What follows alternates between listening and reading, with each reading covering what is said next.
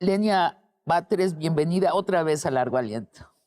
Muchas gracias, con mucho gusto estoy acá.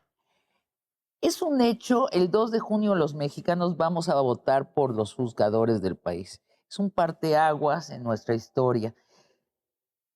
Por eso quiero que nos narres ciertos momentos. Primero preguntarte sobre Norma Piña, la presidenta de la Suprema Corte de Justicia desde hace 2 años. Se ha dicho que fue la peor ministra jamás habida. ¿Te lo parece?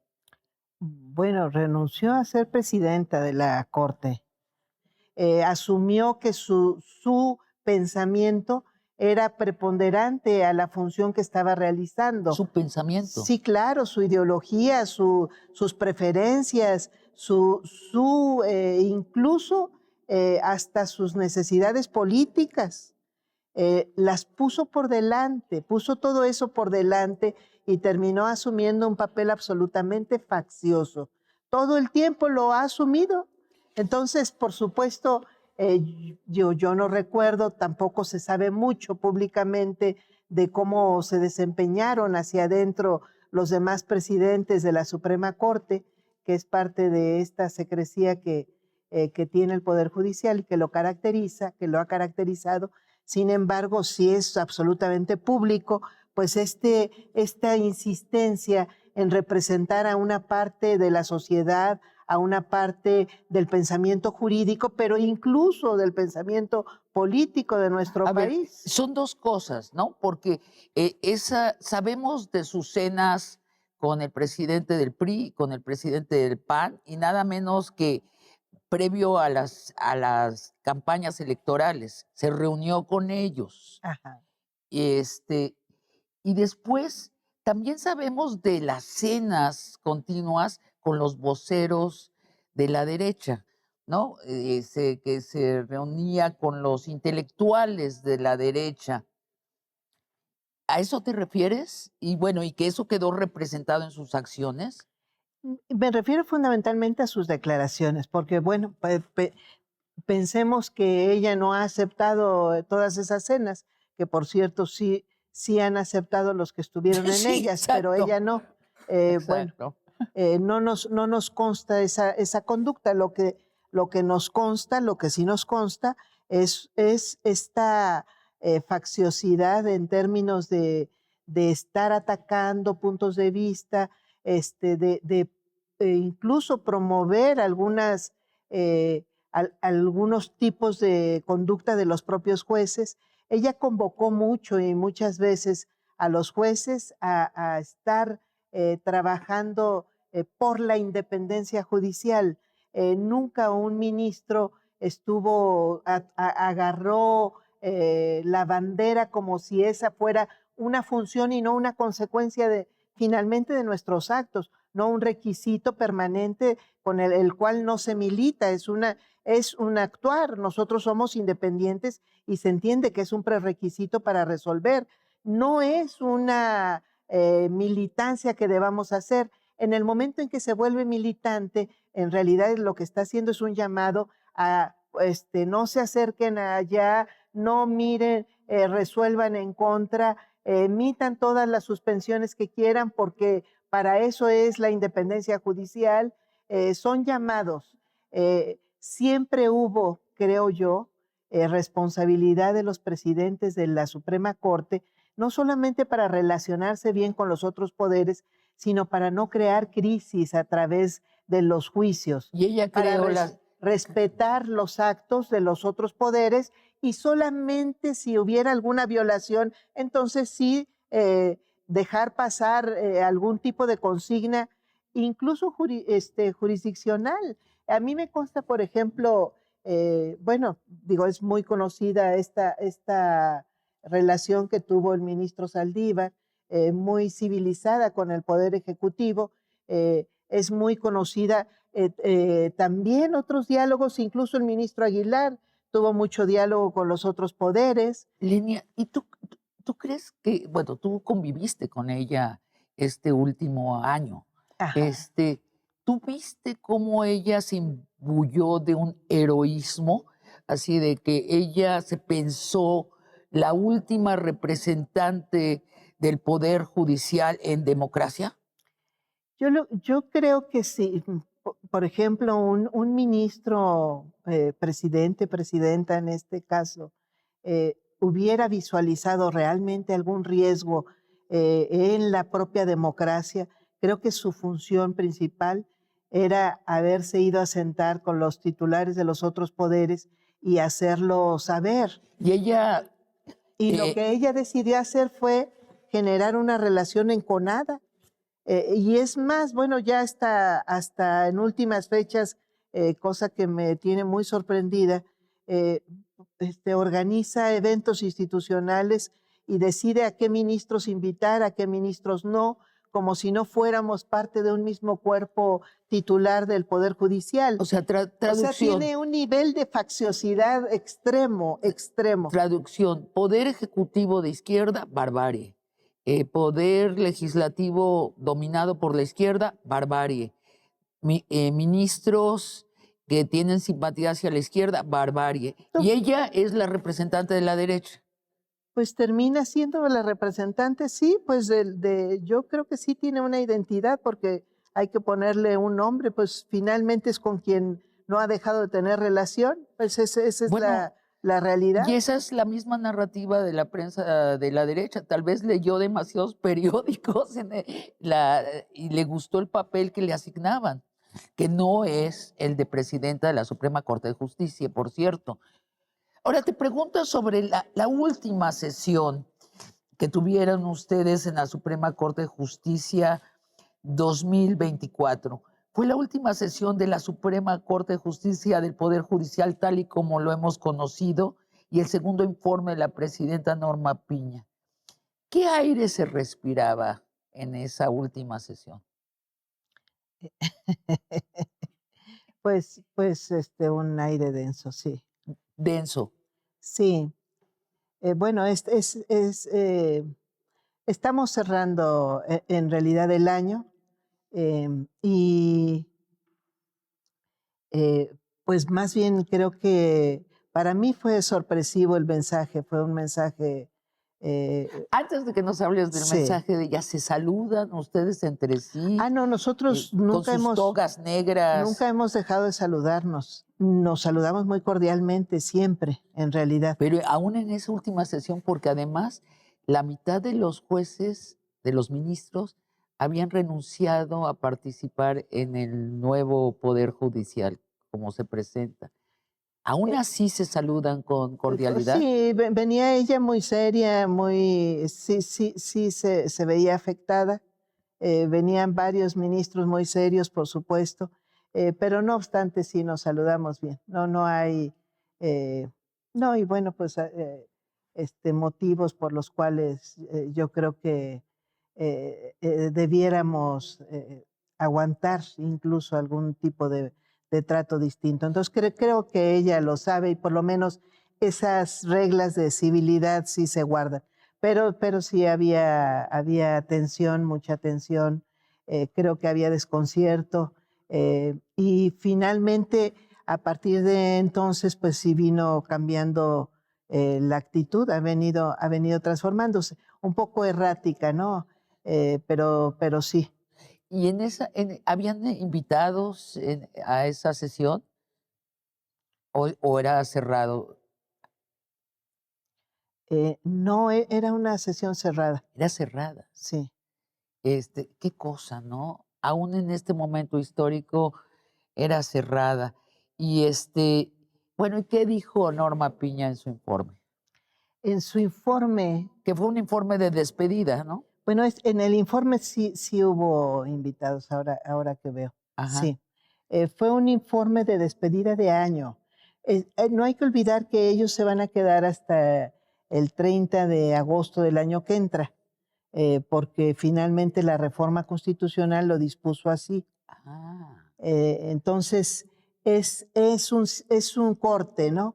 Aún así parecía un informe de sí, despedida. totalmente. Este, y, y, y bueno, en realidad ha tenido varios discursos que parecen despedida, pero este particularmente creo que fue muy notorio porque era un informe, no era un discurso, no era un cierre nada más del periodo de sesiones, sino que ella tenía que dar un informe. Entonces distribuyó el informe impreso, que tiene cifras, pero en su mensaje no incluyó absolutamente nada de lo que realizó la Suprema Corte en este año.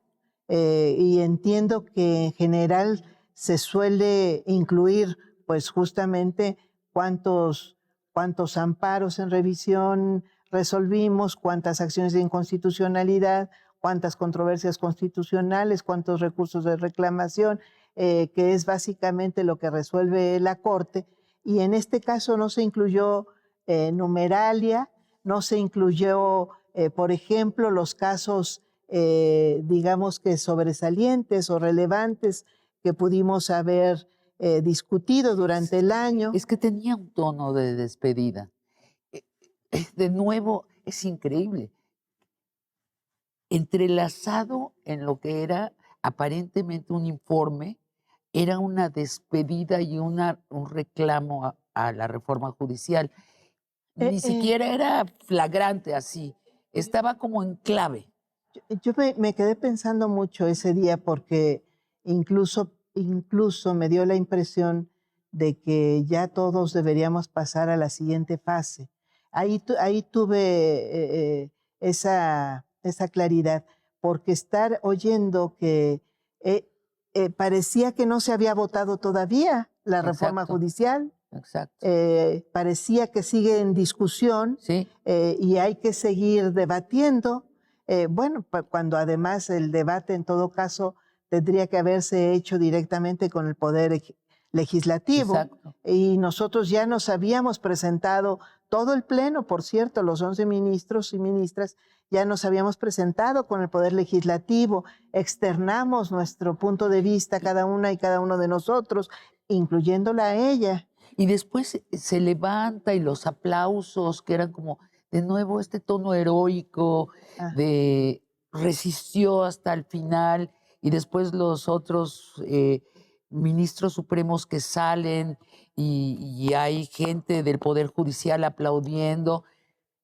Era como, era como cuando se gradúan en prepa los preparatorianos, que toda la familia y los maestros, solo que en un tono lúgubre.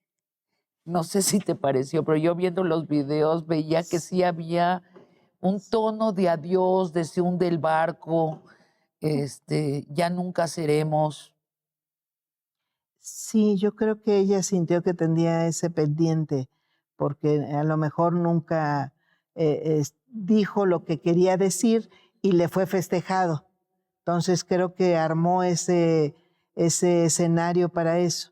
Lo que ella pensaba de la reforma y que además tuviera un momento triunfal que finalmente organizó. Eso creo que fue lo que preparó, lo cual a mí me parece pues que justamente pues es parte de su renuncia a ser presidenta de la Corte, porque creo que alguien que visualiza las funciones del Estado y que finalmente nos corresponde encabezar a uno de esos poderes del Estado, pues tendría que haber pasado página ya y estar más bien colaborando con una reforma constitucional que ya el propio Poder Judicial aceptó que se realizó en los términos que finalmente indica la Constitución y que además aceptamos nosotros en una resolución formal que no podemos cuestionar.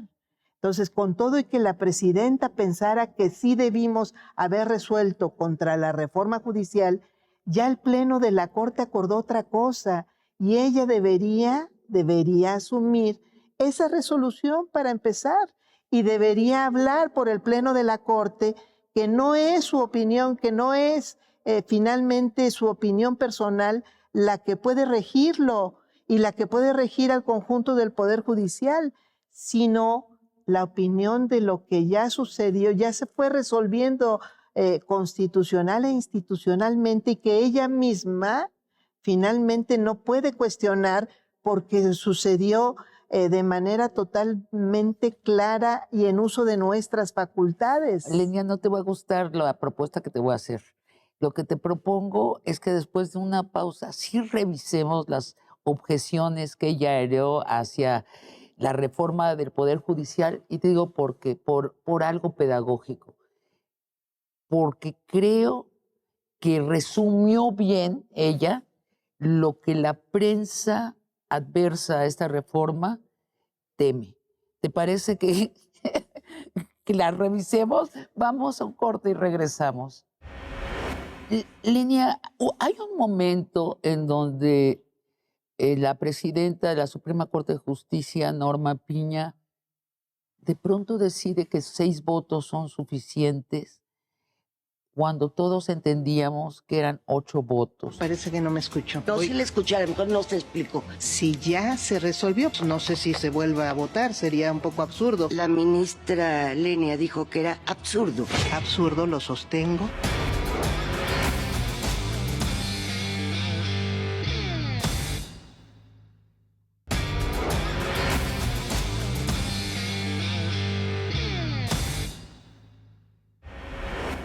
Lenia, hay un momento en donde la presidenta de la Suprema Corte de Justicia, Norma Piña, de pronto decide que 6 votos son suficientes cuando todos entendíamos que eran 8 votos. ¿Está desestimando por no lograr los 8 votos? Así es.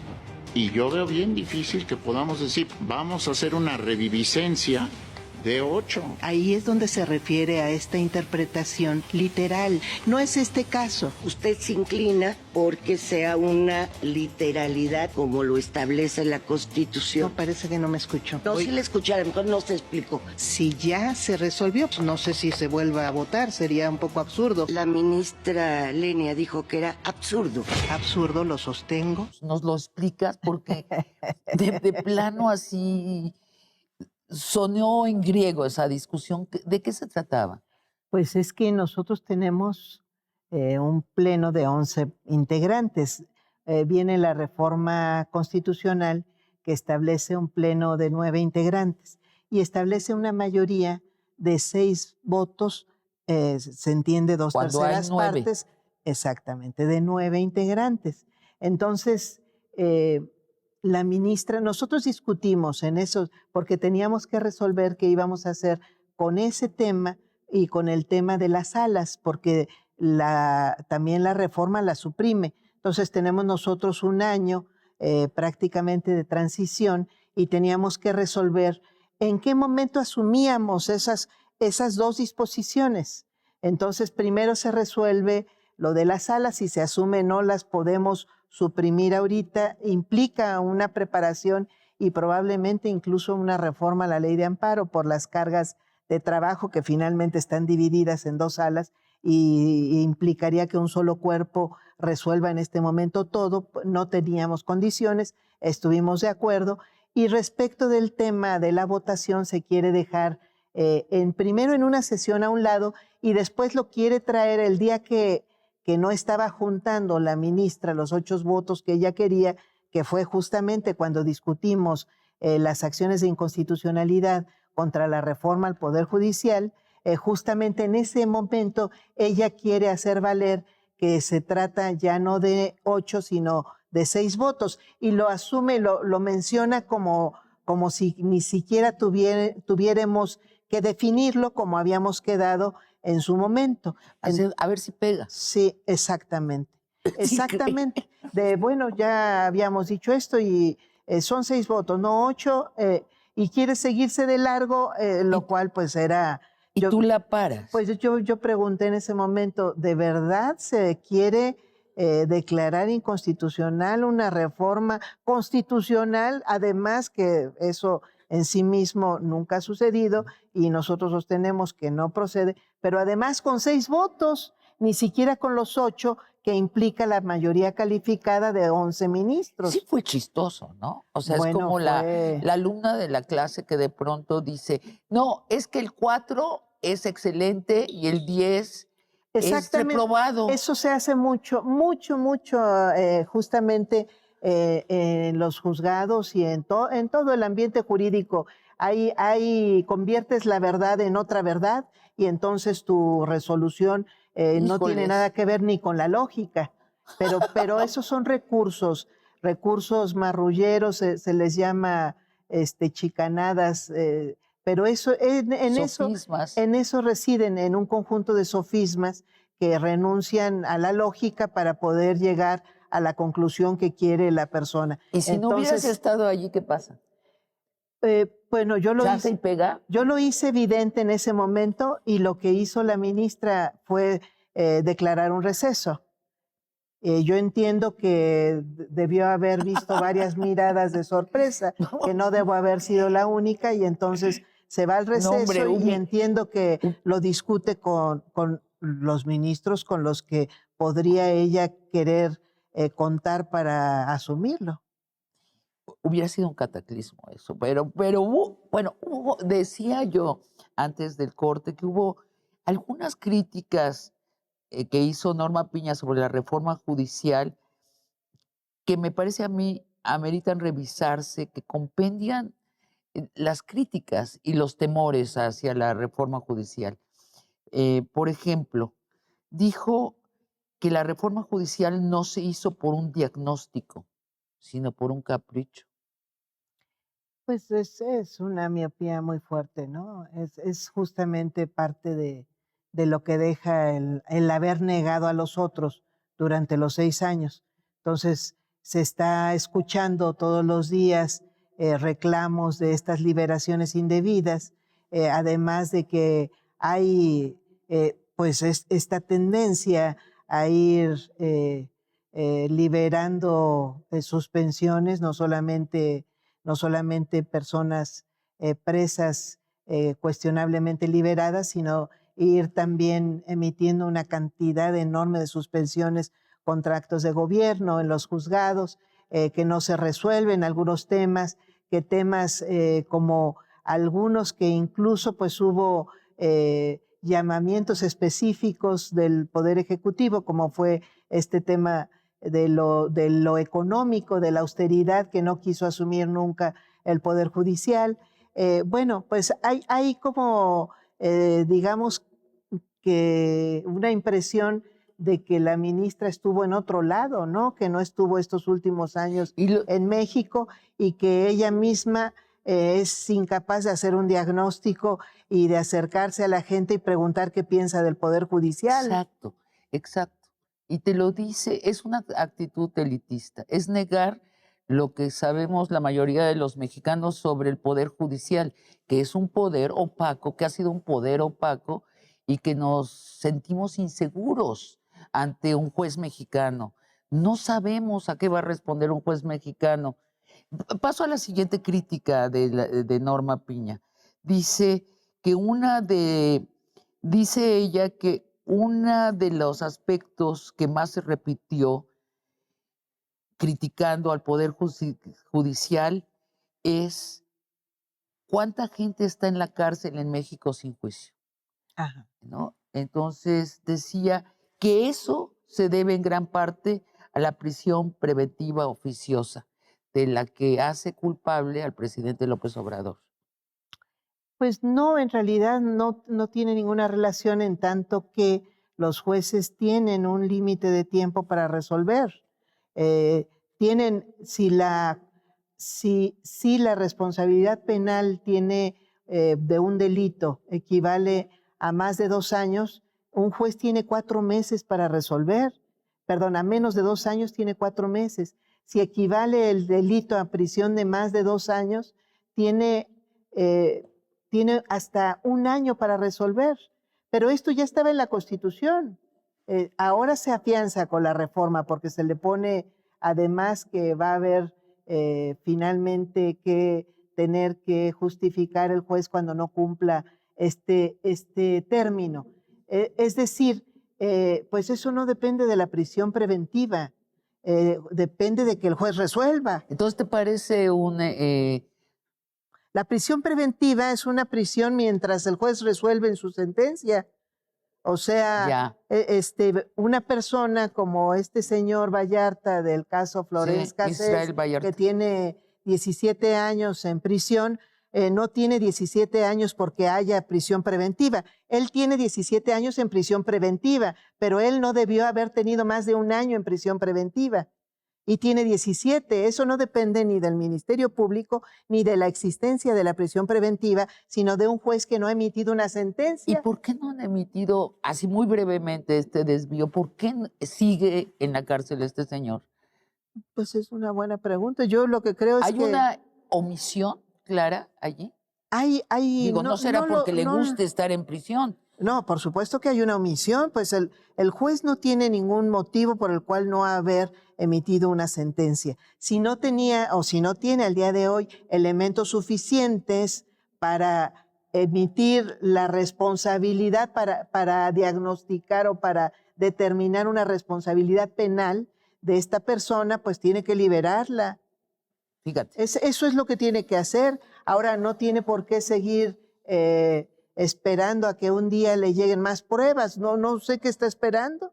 Ahora, la ministra Norma Piña señaló que la reforma judicial que viene es incompleta porque no toca a la Fiscalía General de la República, ni a los ministerios, ni a la policía. Y ella predice que siendo así va a resultar en nada. No, yo creo que sí hay que hacer muchas reformas más y creo que tiene que revisarse profundamente la investigación penal. Pero ni toda la justicia es penal, que eso es muy importante reiterar porque hay justamente se abusa de esa creencia. Es más, bueno, la Corte nunca ha resuelto mayoritariamente temas penales, por ejemplo.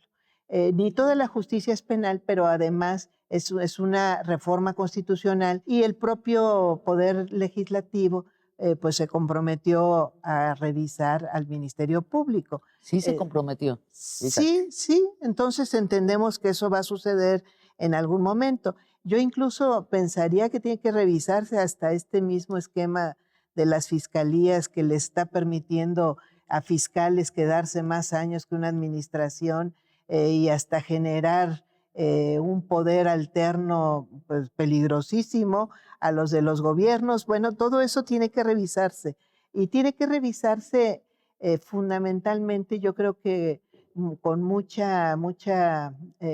con mucho detenimiento el procedimiento de la investigación penal. Se hizo una parte ahora que se reformó el código, bueno, cuando se estableció el Código Nacional de Procedimientos Penales, ahí es que nace la cadena de custodia y nacen algunos puntos, se abordan de la investigación penal que pueden generar un poco más de certeza a las personas implicadas. Sin embargo, yo creo que se abordó muy mal porque nos fuimos totalmente a la parte del juicio. O sea, Sí. se crea el juicio oral, los centros de justicia, el sistema acusatorio, se le pone mucho énfasis a toda la parte, que es la segunda parte, efectivamente, pero no se le pone ninguna atención a la parte del Ministerio Público. Sí. Ya se gastaron más de 40,000 millones de pesos en la implementación de esa reforma que se aprobó en 2008. Se supone que se concluía su implementación en 2016. A la fecha no termina de concluirse en todo el país. Es una reforma, yo creo que es importante porque sí creo que el juicio oral puede generar mayores garantías que lo que se tenía antes totalmente escrito y todavía más oscuro que lo que tenemos hoy. Sin embargo, pues el centro del juicio penal era y es la investigación penal. Y el Poder Judicial nuevo que vendrá, ¿puede ordenar esas reformas? ¿Le toca No, al Poder Legislativo. al Poder Sí. Legislativo? Bueno, el poder Judicial debería ser un gran promotor de esa reforma. Debería decir con puntos y comas qué es lo que está fallando. Sí, Se ¿no? queja mucho, que yo creo que hay buena parte de artificio en esto, pero hay mucha queja de que el problema de Son la los ministerios. impunidad son los ministerios públicos y no los jueces penales. Yo creo que hay dos partes responsables y los dos son igualmente responsables. Pero en el caso del Poder Judicial es el que tiene la oportunidad de decirle a los legisladores: aquí es Claro. donde se rompe, aquí es donde está fallando, aquí en este tipo de informe que nos presentan a nosotros es donde no se cumplen tales requisitos. Estos requisitos no son importantes, pero estos requisitos son muy importantes y estos deberían tener una diferenciación en el Código de Procedimientos Penales. Por ejemplo, para que nosotros, si es que les preocupara al Poder Judicial, entre otros a la ministra Norma Piña, nos preocupara realmente combatir la inseguridad, tener un Poder Judicial que contribuye en el tema penal a nuestro país, a eso me refiero con función de Estado, pues entonces iría directamente con los legisladores y les diría: todo Claro. esto creemos nosotros que debe reformarse, no para combatir al Ministerio Público, sino para combatir la delincuencia, que eso es lo importante, para que los juicios penales sirvan para tener mayor seguridad pública en nuestro país, a nivel local, a nivel federal. Esto observamos nosotros. A los policías, que son los que llenan estos informes que nos presentan, a los policías hay que instruirlos en esto. Claro. O sea, vemos las irregularidades. ¿Por qué somos indiferentes y nos van a servir para acusar? Me parece que no debería ser ese el tono, ¿no? Pasando a ya la reforma, a la votación, de hecho, el 2 de junio, Lenia, ¿va a ser un desmadre esa votación, esa primera votación, sí o no? No, yo creo que hay mucha preocupación porque salga Sí. bien. Afortunadamente veo a mucha gente responsable mirando que salga lo mejor posible. Se han hecho varios ensayos, incluso pues algunos se han mostrado de lo que podría ser ya la boleta. Yo creo que tiene que ser muy pedagógico y tiene que ser también muy comprometido con este espíritu democrático que implica garantizar que esté disponible la información de las y los candidatos. Los candidatos. ¿Quiénes son? ¿Y van a estar? ¿Va a estar disponible? Por supuesto. Y, bueno, por ejemplo, yo ciudadana, sí. ¿cuántas taches voy a tener que emitir? Pues quién sabe, porque ¿Según mi distrito o cómo? no, va a ser por número de jueces y de magistrados. De la Suprema Corte vamos a poder votar por 5 mujeres y 4 hombres, porque se Así hizo paritario. Sí, va a ser paritario, pero además es el único órgano que se sustituye completo de los que ahora existen. También se va a nombrar completo pues al Tribunal de Disciplina Judicial, que son 5 integrantes, 2 magistraturas del Tribunal Electoral. Creo que son de los órganos a elegir a nivel nacional. Ajá. Ahí vamos a elegir con los mismos candidatos. Y a nivel por estado, porque cada estado corresponde a un circuito judicial, vamos a elegir en cada circuito judicial al número de magistrados y jueces que corresponde a esa entidad federativa. Son números muy distintos. Por ejemplo, en Baja California Sur se van a elegir a 6 jueces y magistrados, nada más. Y dice la reforma electoral que vamos a poder votar hasta por 5 hombres y por 5 mujeres. Bueno, en el caso de Baja California Sur, pues no va a ser necesario ese número, seguramente se va a poder votar por 3 hombres y 3 mujeres. Entonces a ellos les va a ser fácil. Va a ser muy sencillo, ¿no? En la Ciudad de México, por ejemplo, bueno, aquí sí acá sí está complicado. Es el único caso, en realidad, que tenemos un reto muy grande. ¿Qué son? ¿Cuántos? Porque vamos a tener que votar por cerca de 180 jueces y magistrados. ¿Cada quien? No, cada quien va a elegir lo mismo, 10 personas. A 10. Hasta 5 mujeres y hasta 5 hombres.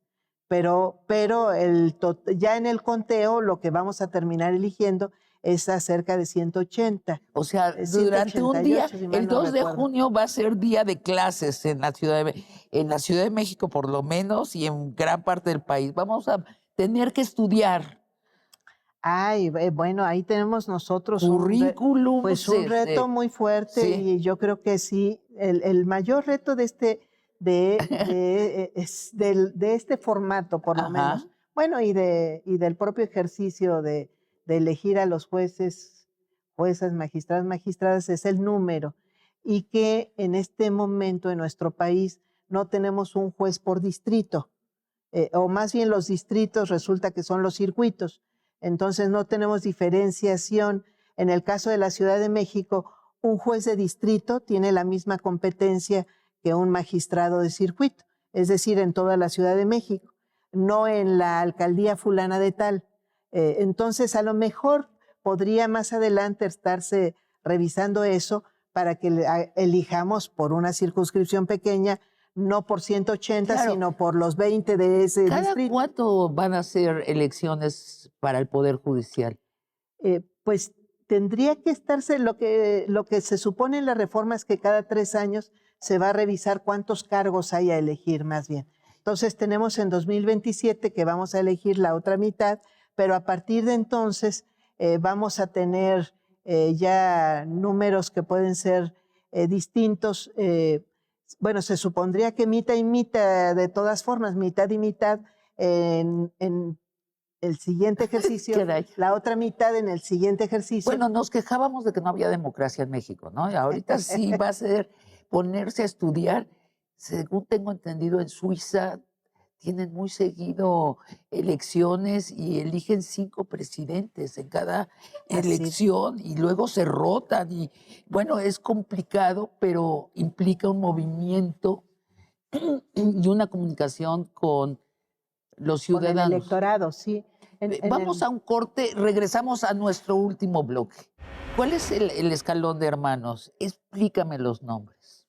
No son comunes. Martí es José Martí, Viétnica, el poeta y héroe cubano. así es. Viétnica. Viétnica es por Vietnam, Valentina por Valentina Tereshkova y por Valentín Campa. Valentina Tereshkova fue la primera astronauta en el mundo. Sí. Y luego sigo yo, Lenia por Lenin. O Marx por Lenin.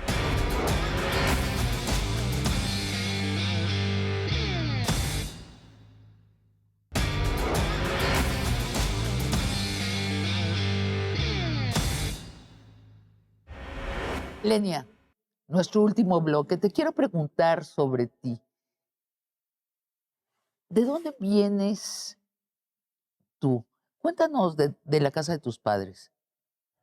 Pues digo, somos una familia, bueno, y digo somos porque es conocido que tengo un hermano que es una figura pública y una hermana que es legisladora, que también es figura pública. Tiene una razón y es que nosotros pues nos creamos, fuimos una familia de 5 hermanos y mis papás fueron profesores de primaria, de secundaria, toda su vida, muy atentos, por cierto, a la educación de sus hijos y además con mucha claridad en querer tener una familia unida, integrada, con mucha comunicación. Y para ellos además tuvo un papel fundamental, pues la orientación política. Ellos eran militantes de izquierda y trataron de transmitir a sus hijos pues muchos valores que ¿Eran tenían que ver. militantes de qué Sí, partido? bueno, fueron militantes del Partido Comunista y luego del Partido Socialista Unificado de México y luego del Partido de la Revolución Democrática. Eh, Fueron militantes toda su vida. Antes que eso fueron sindicalistas.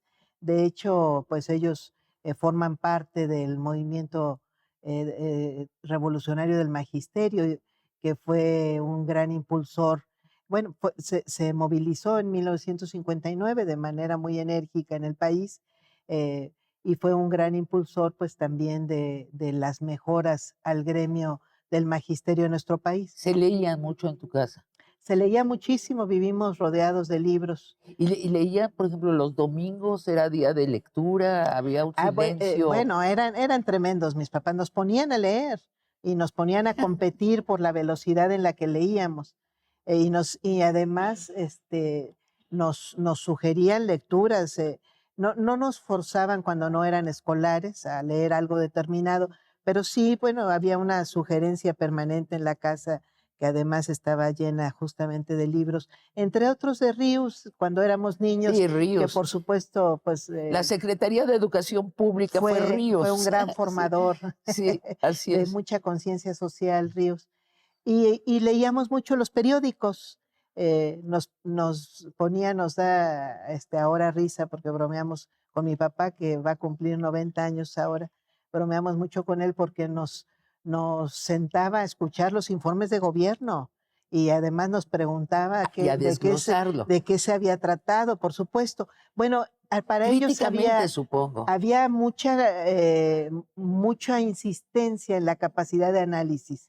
Eso lo formaron mucho los dos. Mi papá en secundaria daba clases de civismo, mi mamá, y por tanto tenía mucha noción jurídica. Mi mamá daba clases de geografía y después mi mamá se dedicó a hacer programas de planes y programas de estudio de las normales de México, ya incorporándose a la SEP ella. Entonces, pues eso fue lo que vivimos. Entonces, por ejemplo, se sentaban frente a la tele a ver al presidente en turno y daba su discurso y después supongo que discutían, debatían, Nos preguntaban, analizaban. pues estábamos muy chicos ¿Qué entonces. edad tendría Lenia en Pues esa yo época? tendría como 10 Y años. discutían. Por supuesto, nos preguntaba de qué había tratado, qué se había ¿Qué estaba dicho, detrás de las palabras, qué habíamos supongo? entendido, por ejemplo, de la amnistía que había decretado Echeverría. Yo me acuerdo mucho, a mí no me insistió mucho mi papá, pero a mis hermanos sí, a ver de qué se trata, de qué es eso, y por supuesto que los ponía, les daba retos muy ¿Y fuertes. cuál es el escalón de hermanos? ¿El más grande es Martí? La más grande se llama Vietnica, se dedica al periodismo, luego sigue Martí, y luego sigo yo, luego sigue Valentina, que es diputada local en la Ciudad de México, y luego sigue Olinamir. Olinamir tiene una pequeña empresita de comida naturista y además es artesana ella. Ahora, explícame los nombres. No son comunes. Martí es José José Martí, Martí, Vietnica, el poeta y héroe cubano. así es. Vietnica. Vietnica es por Vietnam. Valentina por Valentina Tereshkova y por Valentín Campa. Valentina Tereshkova fue la primera astronauta en el mundo. Sí. Y luego sigo yo, Lenia por Lenin.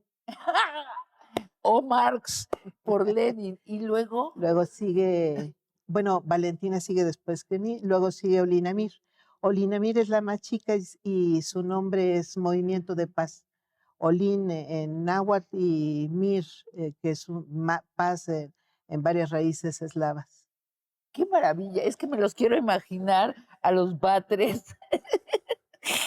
Además, haciendo la crítica de Echeverría, me parece. No, como niños jugábamos mucho, pero ocupábamos mucho tiempo en esta parte que para mi papá y mi mamá pues era muy importante, que era más formativa, muy formativa en ¿Y realidad. leían a Marx? Bueno, yo lo leí más adelante. Más adelante. Sí. No es para niños, Marx. Es Bueno, muy seguro difícil, es muy difícil de leer. Rius ha de tener alguna introducción para Sí, niños, por ¿no? supuesto. Bueno, y tiene la truculenta historia del capitalismo y tiene Marx para principiantes. No, pues leíamos esto de todo. El periódico leíamos mucho también. En aquellos tiempos el Excelsior, luego el Día, la Jornada, por supuesto. Leíamos. En mi casa nunca faltó revistas políticas en sus varios momentos. Una revista que se llamaba así, justamente Política, Por Esto. Por esto. Luego Proceso, por ¿Te supuesto. acuerdas que por esto las escondían detrás de las revistas? Sí, Estaba sí, vetada. sí. Ajá. Pero sí, de todo eso fue de lo que nos nutrimos de niños y de adolescentes. Y además del ejemplo de mis papás, que finalmente todo el tiempo, mientras crecimos, eh, acudían a actividades sindicales fundamentalmente y políticas también. ¿Cuándo conoces o conocen a AMLO ustedes? Bueno, yo personal, bueno, Martí supongo que antes, yo personalmente lo conozco en una reunión, debe haber sido en 1998. Bueno, lo había visto obviamente en varias asambleas, en reuniones políticas, pero cuando lo veo ya de cerca es en una reunión que convoca él como presidente del PRD en el Congreso de la Unión, convoca a los legisladores, diputados y senadores del PRD para pedirnos que respaldáramos las acciones contra el FOBAPROA, que las encabezáramos, que no dejáramos pasar, que no tuviéramos duda porque empezaba a hacerse ya también una presión ya a los diputados y había pues el riesgo de que se cooptara a alguien, que no tuviéramos duda, que además era fundamental que la gente supiera que había quien iba a cuidar los intereses de la población frente a una, digamos que medida tan atroz que era reforma y fueron varias medidas presidenciales de L- Cedillo. Lini, ¿por qué estudias derecho? O sea, en un país tan claramente violador de leyes. Bueno, pues mira, la misma formación de niña, de joven, pues me coloca, pues por supuesto, en una situación de mirar la injusticia ¿Eh? desde siempre, ¿no? Incluso nos recuerdan algunos profesores en la secundaria 51, donde pasamos los 5 hermanos como estudiantes muy debatidores, porque pues porque cuestionábamos Sí, sí, sí. algunas de las cosas que se nos enseñaban y parte de esta formación pues nos lleva también pues a mirar la injusticia. Yo, como mis hermanos, también participo políticamente muy joven, muy pequeña. Estaba en la Prepa 6, que está en Coyoacán, cuando viene el terremoto de 1985, y entonces me incorporo con muchos jóvenes a ayudar a levantar piedras y además pues me enlazo primero con las costureras que estoy viendo. Me fui a varios días a estar ahí en San Antonio Abad, en los talleres de ruidos, que era un espectáculo dolorosísimo. Había mucha gente intentando ayudar y ahí es donde me enlazo con un grupo que era muy militante, políticamente militante. Entonces estaban ellos también necesitando apoyo. Yo me voy a ayudar a la colonia Doctores. Ellos crean y digo ellos porque pues eran los adultos, yo estaba muy jovencita, pero creamos una asociación, la Unión de Vecinos de la Colonia Doctores, invitando a los vecinos damnificados. Y todos esos días, meses que siguieron, yo me dediqué a ayudar muy puntualmente a hacer un censo de vecindades afectadas y de personas que querían participar en esta organización para coordinarse.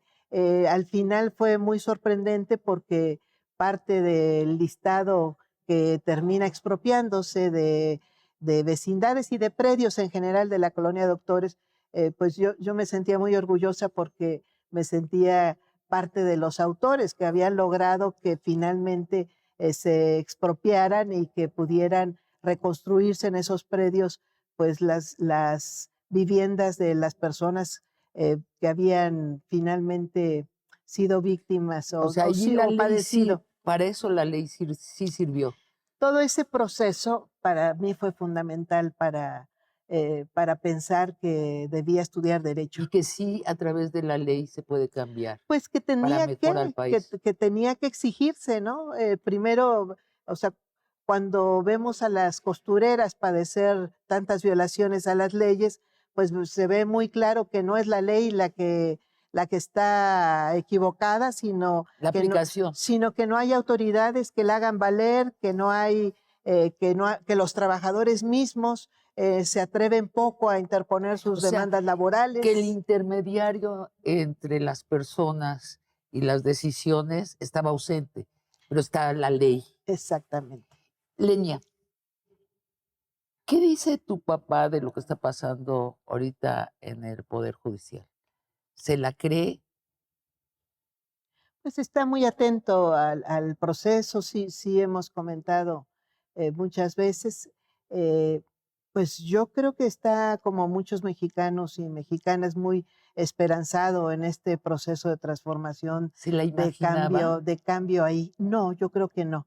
Yo Y creo tú como que joven de 18 años, decidiendo tu carrera, ¿te hubieras imaginado esto? no, no. E incluso me han preguntado si yo soñaba estar aquí. Sí. No, no. Te pregunto algo más. Ajá. ¿Cómo se elige a la presidenta o presidente de la Suprema Corte de Justicia? ¿Quién la elige? Bueno, hasta ahora se ha elegido, bueno, después de la reforma de 1995, propone el presidente de la República y vota el Senado, ese es el método. ¿Y así será ahorita? Y ahorita el Pleno es el que elige al o el presidente. Porque estás Sí, consciente que es muy pero, probable que seas tú. pero actualmente se va a elegir quien tenga la mayor cantidad de votos en la elección popular, va a Peor, ser presidente o más presidenta. bien mejor, perdón por... es decir, es muy probable que seas tú. Pues podría ser, pues sí es una probabilidad. Pues es muy probable porque al salir de ese claustro al que entraste y decir, yo trabajo para el pueblo, soy la ministra del pueblo, dar entrevistas, expresarte en Twitter, hacer una crítica del poder, el claustro al que fuiste, el claustro de privilegio al que fuiste invitada, y sin embargo salir hacia la gente y salir a mítines, creo que te lo has ganado. Eres sin duda la ministra o ministro de la Suprema Corte más conocido y más apreciado. Pues podría ser, podría ser. Por supuesto, bueno, ya estaremos en su momento en la campaña que nos corresponda hacer, que entiendo será entre abril y mayo. Todavía hay varios meses en los que pues vamos a ver qué va sucediendo. Se está decidiendo apenas también quiénes más van a participar en la contienda. Entonces, pues sí es una probabilidad. Lenia Batres, muchas gracias. A ti, Sabina, un enorme placer estar acá. Y amigos y amigas, los espero la próxima semana en el siguiente Largo Aliento.